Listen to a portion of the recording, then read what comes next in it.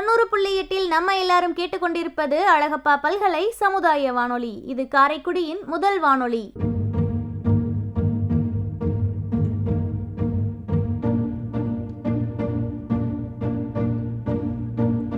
அழகப்பா பல்கலை சமுதாய வானொலியை அலங்கரிக்க வருகிறது மண்மனம் நிகழ்ச்சி. இந்த நிகழ்ச்சியை தொகுத்து வழங்குபவர் அங்கம்மை ஜெயங்கொண்டான். இன்று இவர் அழகப்பா பல்கலை சமுதாய வானொலியின் வாயிலாக தமிழ்த்தாய் கோவிலை பற்றிய ஒரு சிறு குறிப்பை நம்மோடு பகிர இணைகிறார்.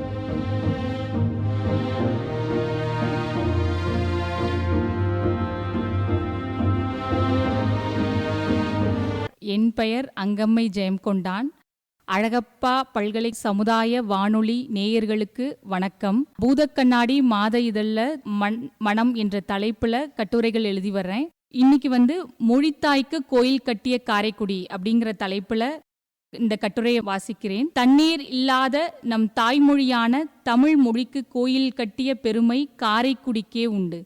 கவி பேரரசு வைரமுத்து தான் விரும்பிய பெண்ணுக்கு மண்ணெடுக்க விரும்பியதால் தஞ்சாவூர் மண் எடுத்து என திரையிசை பாடல் எழுதினார். ஒருவேளை தமிழ் அன்னைக்கு மண்ணெடுக்க விரும்பி இருந்தால் காரைக்குடியிலேதான் எடுத்திருப்பார். உலகிலேயே முதலாக மொழிக்காக கோயில் நிறுவிய பெருமை காரைக்குடிக்கே உண்டு. இக்கோயில் கம்பன் மணிமண்டப வளாகத்தில் அமைந்துள்ளது. தமிழ்த்தாய்க்கு கோயில் எழுப்ப வேண்டும் என்ற கம்பன் அடிப்பொடி சா கணேசனின் நெடுங்கால கனவை நினைவாக்கும் விதத்தில் 1975 ஏப்ரல் மாதம் 23 அப்போதைய முதல்வர் கலைஞர் மு. கருணாநிதி அவர்களால் கால்கோள் விழா நடத்தப்பட்டு கட்டுமான பணிகள் தொடங்கப்பட்டது. தமிழ்த்தாய்க்கு வடிவம் கொடுத்த பெருமை சா கணேசன் மற்றும் சிற்பகலா சாகரம் என போற்றப்படும் ம. வைத்தியநாத ஸ்தபதியின் மகனும் மாமல்லபுர சிற்பக் கல்லூரியின் மேனாள் முதல்வருமான வை. கணபதி ஸ்தபதி அவர்களையுமே சாரும். 18 ஆண்டுகள் கழித்து 1993 ஏப்ரல் மாதம் 16 தமிழ்த்தாய் கோவில் திறக்கப்பெற்றது. தமிழ்த்தாய் கோயில் அமைப்பு மும்முனை நிலத்தில் 6 பட்டை 6 நிலை 6 விமானங்கள் கொண்ட கோயிலாக அமைந்துள்ளது.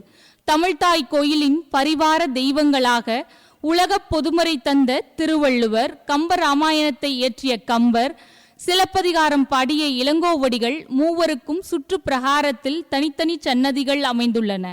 கோயிலின் நுழைவாயிலில் ஒளித்தாய் மற்றும் வரித்தாய் துவார பாலகிகளாக நிறுவப்பட்டுள்ளது.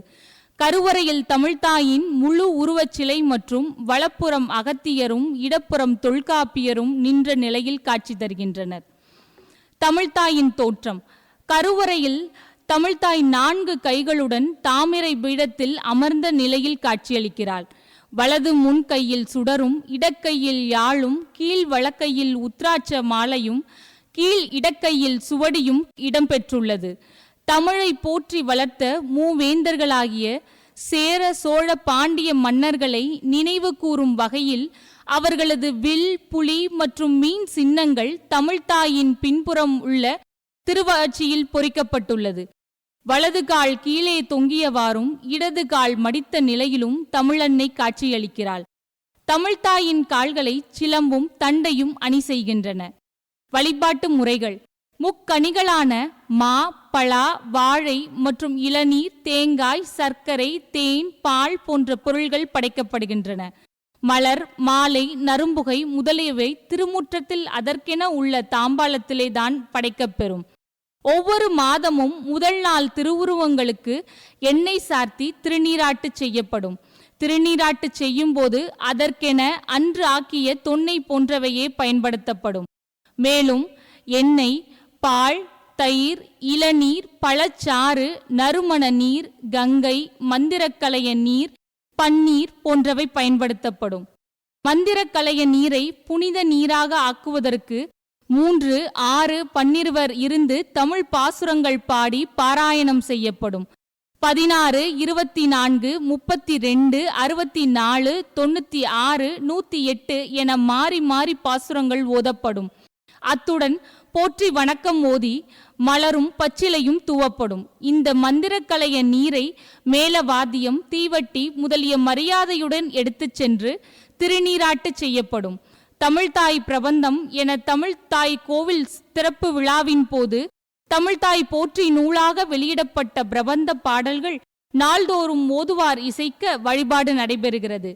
திருவிழாக்கள் ஆண்டுதோறும் பங்குனி உத்திரத்தை ஒட்டி கம்பன் கழக சார்பிலும் தை மாதம் பொங்கலை ஒட்டி தமிழ்தாய் கலைக்கூடம் சார்பிலும் 3 நாள் விழா கொண்டாடப்படுகிறது.